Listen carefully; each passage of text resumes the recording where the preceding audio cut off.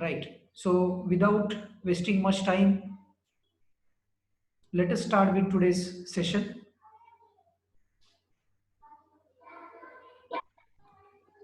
As I told you earlier, I had asked you to come with calculator and notebook so that you can do the calculations with me, and that is how we can go ahead.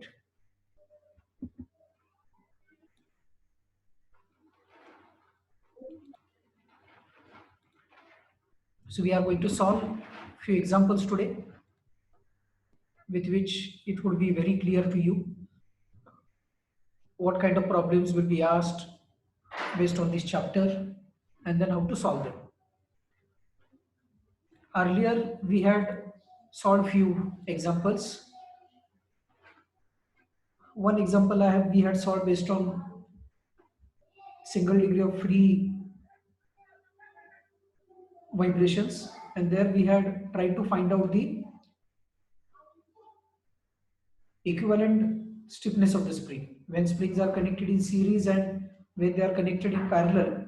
How to find out equivalent stiffness of the spring system, that we had studied earlier. So if Sri Niket is attending the lecture, let me tell him that right now I have started recording my lecture. I do have supply at this point of time. Afterwards, if required, someone should record the lectures. When I will shift to mobile, then I would request someone to take care and record the lecture. At this point of time, there is no problem. I have started recording the lecture or today's session. So earlier, as far as this particular last unit is concerned, we had solved one example on determining equivalent stiffness of the springs. That is when spring system was there and springs were connected in series and parallel. There was combination of springs connected in series and parallel. We had determined equivalent stiffness of the springs which are connected in series, then springs connected in parallel, and then we had determined equivalent stiffness of entire system where springs were connected in series as well as parallel, and using that equivalent stiffness we had determined the natural frequency, because natural frequency is equal to root of stiffness divided by mass, that is k divided by m. So to determine natural frequency, what is required is you should know stiffness. So we had determined stiffness, we were knowing mass, and we had determined the natural frequency in radians per second. And then natural frequency in radians per second was converted to natural frequency in hertz by dividing it by 2 pi. After knowing natural frequency in hertz, then we had determined time period, because time period is a reciprocal of natural frequency in hertz. Natural frequency in hertz is cycles per second and time period is in seconds. So that is seconds per cycle. Number of seconds required for one cycle is time period, and number of cycles completed in 1 second is natural frequency in hertz. So it is quite interesting. We have been introduced with number of vibration terms up till now, and then now it is the time to solve a few other kinds of examples based on this particular unit, which we will try to do today up to 5:30. We will try to solve maximum examples so that maximum doubts will be cleared. Again, today's sessions as usual is going to be in two parts. First session will end after 40 minutes. Again, immediately we are going to start with second session and we will continue it up to 5:25, 5:30 or so. Right. Then one more thing I just would like to review for your knowledge is that up till now in this particular unit, our focus was on free vibrations, single degree of freedom, free vibrations, right? Single degree of freedom, free vibrations. And single degree of freedom, free vibrations are of two types: undamped single degree of freedom, free vibrations, and damped single degree of freedom, free vibrations. So we had initially seen what is vibration, what is the concept of vibration, what are the fundamental terms related to vibration or which are necessary to be understood so as to understand the concept of vibration or vibration phenomena. Then types of vibrations we had discussed. There are different types of vibrations. There are various bases, various ways according to which vibrations can be classified, like free vibrations, forced vibrations, damped vibrations, undamped vibrations, single degree of freedom vibrations, 2 degree of freedom vibrations, multi degree of freedom vibrations, then longitudinal vibrations, lateral vibrations, torsional vibrations, linear vibrations, random vibrations, likewise. And out of that, I told that our focus here is going to be on our focus. Shubham Mane, I have understood that you are present for today's session. Good. Right. So our focus in this particular unit is to study single degree of freedom vibrations, then free vibrations, and in free vibrations, undamped vibrations and damped vibrations. That is what we have decided to study in this particular unit. Majority of the part we have covered so far in this particular unit, and then let us move ahead with all this background with our usual style or fashion. We always try to reconnect earlier session with the present session so that you will be able to understand the things better if you recap whatever has been learned earlier. So let's see this example. Problem statement is determine critical damping coefficient, damping factor, natural frequency of damped vibrations, and logarithmic decrement and ratio of two consecutive amplitudes of a vibrating system, which consists of a mass of 25 kg, a spring of stiffness 15 kilonewton per meter, and a damper. Damping provided is only 15% of critical value. You need to understand the problem statement. You need to understand definition of the problem every time. Let it be a problem or example based on any unit.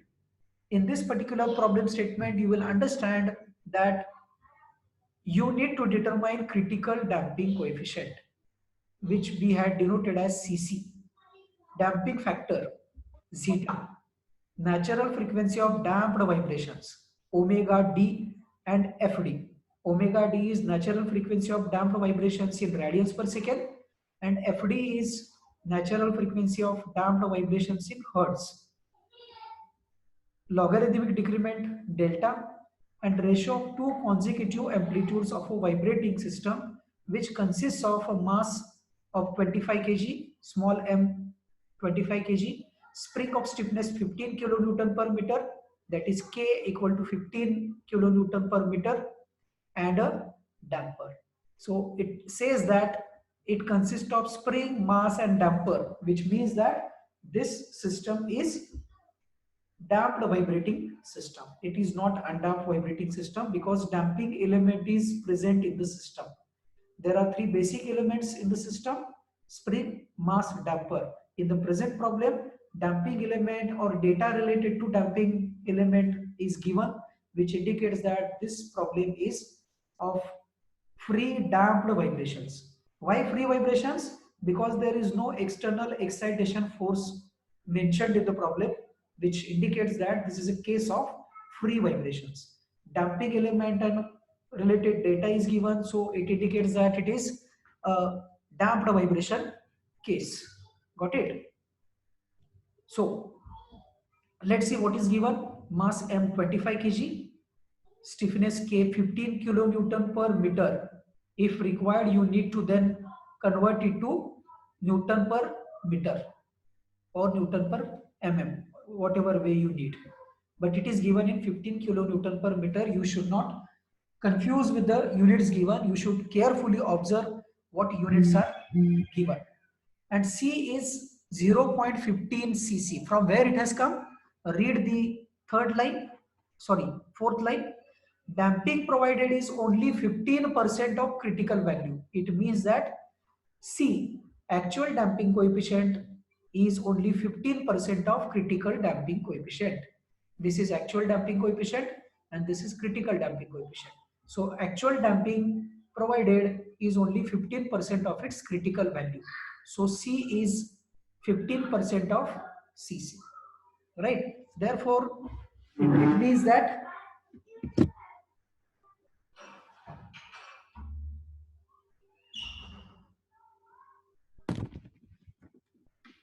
So therefore it means that C is equal to 0.15 times Cc, right? Since C is 0.15 times Cc, we know that damping factor is a ratio of actual damping coefficient to critical damping coefficient. So we can readily get value of damping factor. That is our first answer. Damping factor or damping ratio is the ratio of actual damping coefficient to critical damping coefficient. Again, as usual, I will discuss with you the methodology to solve this problem, and then I will come back to you for a quick feedback so as to understand if you have understood how to solve such a problem, and then we will move ahead with second problem of today's session. Damping factor is actual damping coefficient upon critical damping coefficient. Actual damping coefficient is given as 0.15 times critical damping coefficient, and critical damping coefficient is not given. So let us write them here. You will see that Cc will get cancelled and you will get damping factor or damping ratio equal to 0.15.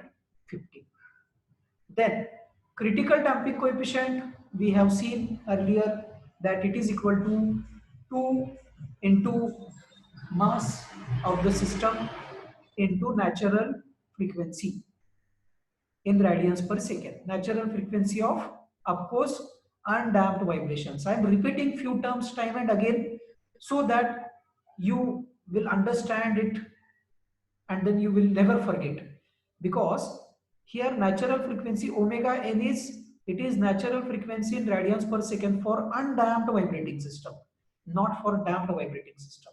If it is for damped vibrating system, it is going to be omega d, and omega d is always less than omega n. So Cc is equal to 2 into mass into omega n, but omega n is not known here. You know mass 2 is constant, but omega n is not known. So our job is to determine omega n first, but we know that omega n is square root of stiffness upon mass.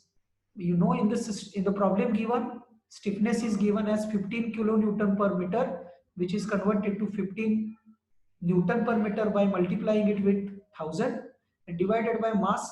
You should always take mass in kg, don't convert it to Newton, right? So stiffness in Newton per meter and mass in kg. 15,000 divided by 25 kg. So you will get natural frequency omega n equal to 24.5 radians per second. This is natural frequency in radians per second. You can convert it to hertz. You can convert this to hertz by dividing it by 2 pi. So quickly tell me this answer in the chat box. Natural frequency in radians per second is 24.5 radians per second. What is natural frequency in hertz? Use this expression, 1 by 2 pi into under root k by m, or divide this particular value by 2 pi and let me your answer. Please write down your answer in chat box. What is Fn? Write down quickly. Calculate. I have asked you to come with the calculator. Use the calculator and tell your answer. What is Fn?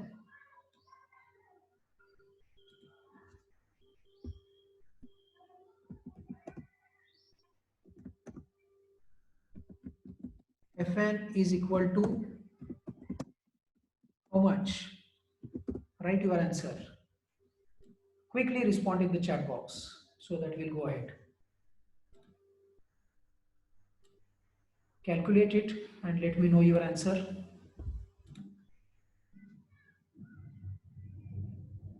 Hope you are calculating 3.90. Very good, Harshal. Very good. So 24.5 radians per second divided by 2 pi. Good. 3.89, 3.90. Satyajit. Hitesh. Very good. Hitesh. So likewise, if you calculate it, then we will move ahead. Next time, few others can try to calculate. So now you can calculate critical damping coefficient Cc.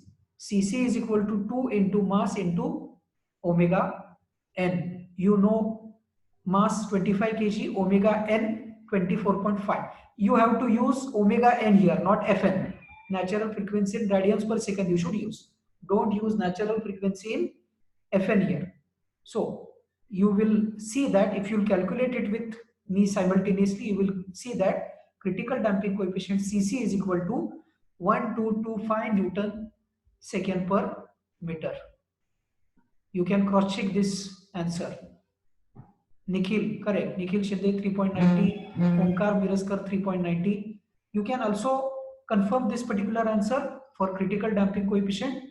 Then natural frequency of damped vibrations. Now we have come to natural frequency of damped vibrations, FD. Now, please look to this expression. Use this expression. I have written my expressions here so that things become quite easy. Instead of following this procedure, please use this expression. You will directly get the answers. Omega d is equal to omega n into square root of 1 minus zeta square. You know zeta. Zeta is equal to 0.15. Omega n is equal to 24.5. You can get omega d. So what is omega d? Tell me. Please quickly calculate natural frequency in radians per second and tell me your answer.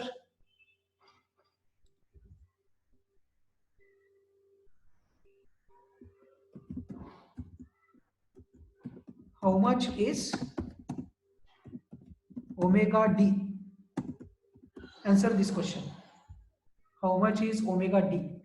Omega d is equal to omega n into square root of 1 minus zeta square. You know everything. Omega n is known to you 24.5.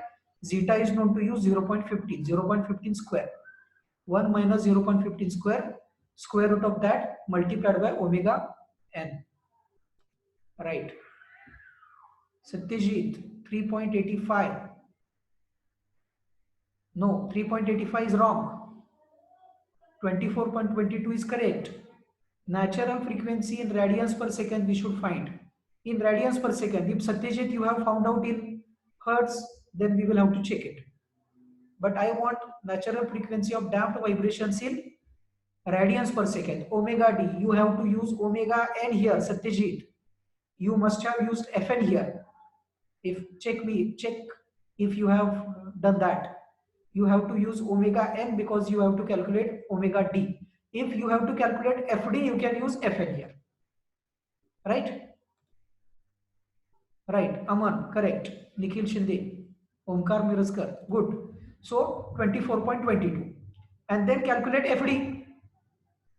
Calculate FD. What is answer for natural frequency of damped vibrations in hertz? Omega d divided by 2 pi. Omega d divided by 2 pi. Calculate this. It is equal to 24.22 divided by 2 pi. So what is this answer? 24.22 divided by 2 pi. 3.85. So now Omkar Miraskar, you had, it seems that you had committed mistake earlier. Satyajit, your answer was 3.85. So 3.85 is answer for natural frequency of damped vibration in hertz, not natural frequency in radians per second. Okay, so it is equal to 3.85 hertz. That's it.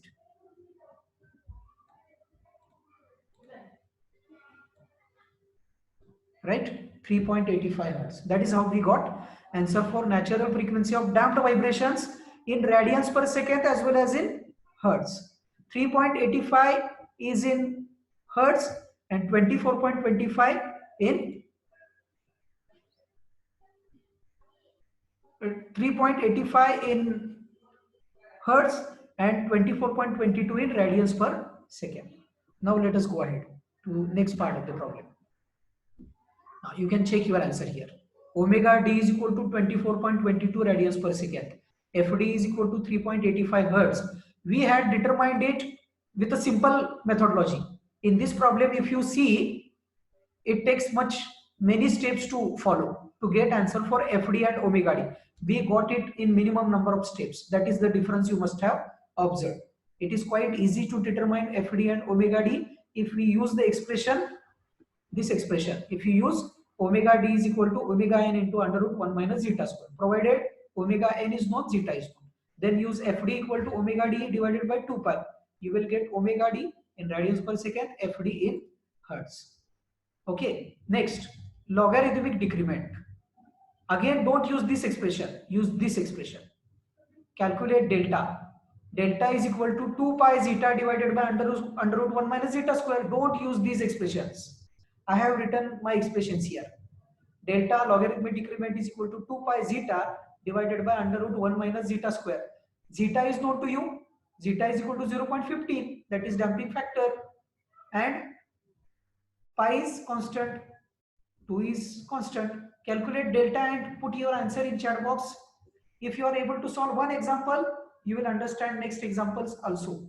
We will not be required to solve a number of examples here. Let us try to understand how to solve this example. Try to understand what is to be done exactly for solving a problem in one of the types of problems in free vibrations. Omkar, very good. 0.953. You can check your answer here. Logarithmic decrement is 0.953. So you are absolutely correct. They have solved it using this particular expression. We are not required to use this expression. Use this expression. I have written it to right side. Delta logarithmic decrement is equal to 2 pi zeta divided by square root of 1 minus zeta square. Zeta is damping factor, that is C by Cc. Right? And last is ratio of consecutive amplitudes. Aman, you are correct. Nikhil Shinde, you are correct. Prajwal, you are correct. Sairaj, your answer is correct. Harshal, very good. Omkar. So your answers are correct. They are matching with this answer. Ratio of consecutive amplitudes. Now we know another expression for logarithmic decrement, delta. Okay, Aniket Sawant, correct answer. Now let us go ahead. Let's go ahead now. We know delta is equal to 2 pi zeta divided by under root 1 minus zeta square. But we also know delta is natural logarithm of ratio of two successive or consecutive amplitudes. We know delta, so we can get x1 by x2 here. We have to use another expression for delta. We had used first expression for delta and we got delta from there because we were knowing zeta. Now let us use another correlation for delta or expression or correlation between delta and ratio of consecutive amplitudes. Delta is equal to natural logarithm of ratio of two consecutive amplitudes. Now in this expression, ratio of consecutive amplitudes x1 by x2 is not known to you. Delta is not known to you. So let us solve it for x1 by x2.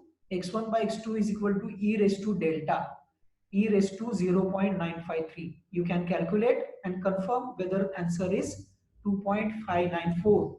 Ratio of two consecutive amplitudes is x1 by x2 is equal to 2.594. Whether that is the answer, please check by calculating so that we will then discuss on this example. Let us see if you have any doubts or questions. You can put your answer. Are you getting x1 by x2 is equal to 2.594?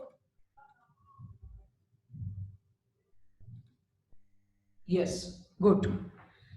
So Pratik Patil, Prajwal, Aniket Sawant, Omkar, Sriniket. Good. So you got value for delta, sorry, x1 by x2. And x1 by x2 is equal to 2.594. x2 by x3 is also 2.594. x3 by x4, x4 by x5, x5 by x6, x7 by x8, x9 by x10. If there are 10 cycles, ratios of two consecutive amplitudes should be same here, right? Ratio of two consecutive amplitudes will be constant in case of viscous damping. And in dry friction or Coulomb damping, ratio of two consecutive amplitudes will not be constant, but difference between two consecutive amplitudes will be constant. That is difference between viscous damping and dry friction or Coulomb damping. In viscous damping, ratio of two consecutive amplitudes is constant, and in dry friction or Coulomb damping, difference between two consecutive amplitudes is constant. Now let me take a quick feedback from you so that we will discuss another problem. Read my question. Have you understood how to solve the given problem? Now I expect feedback from all of you so that I can understand that everyone has understood. Possibly everyone should give his or her feedback. Let us spend some time to write your feedback. If you have understood or you have any questions, let me know. Everyone can come back with the feedback so that if yes, it is understood. So if it is understood, let it to come from everyone, almost everyone, so that we can then go ahead. Okay.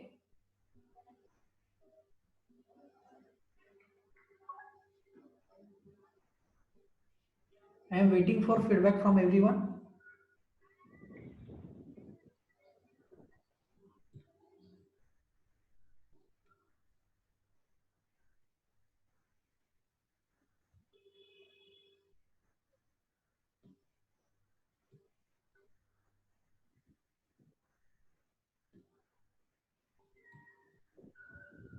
Write your feedback.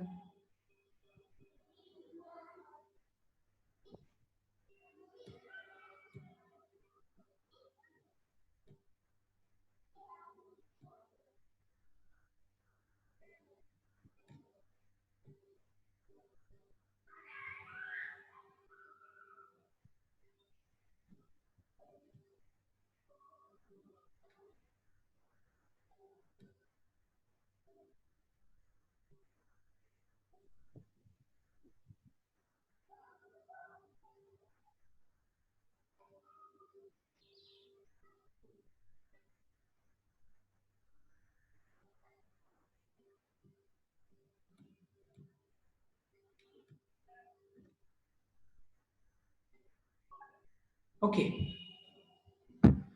Then we can then go ahead. We will go ahead rather. Anagha, Shambhuraj, Shrishel, Pratiksha, Shivraj. Right. Everyone, Snehal. Most of you have Yukta, Sriniket, Aniket, Hitesh, Pratik. Everyone has tried to write the feedback. Good. So let us then move ahead. Let's move ahead. Let us discuss this problem. So in this particular problem, read the problem statement. An instrument vibrates with a frequency of 1 Hertz when there is no damping. When damping is provided, frequency of damped vibrations was observed to be 0.9 Hertz. Find damping factor and logarithmic decrement. Read the problem statement. If your concepts are very clear, you will understand what is given in the problem, what is to be determined, and then if you know the methodology